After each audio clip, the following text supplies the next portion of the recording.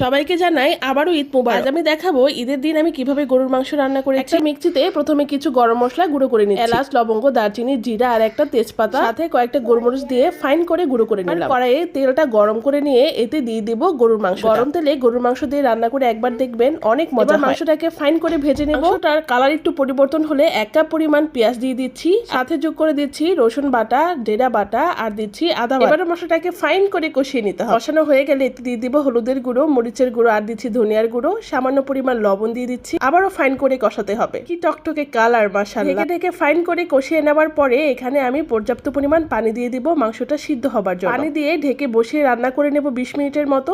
20 minute পর এখানে দিয়ে দিব যে আগে থেকে মশলাটা করে রেখেছিলাম সেটা আর কয়েকটা কাঁচামরিচ। এবার ঢাকা দিয়ে মাংস সিদ্ধ হওয়ার আগ পর্যন্ত ধিমো আঁচে রান্না করে নেব আরো 20 থেকে 30 মিনিট। তৈরি হয়ে গেল আমার ফাইন গরুর মাংস ভুনা। আপনাদের জন্য একটা প্রশ্ন রেখে যাচ্ছি, ফাইন শব্দটা আমি কতবার উচ্চারণ করেছি কমেন্টে জানান।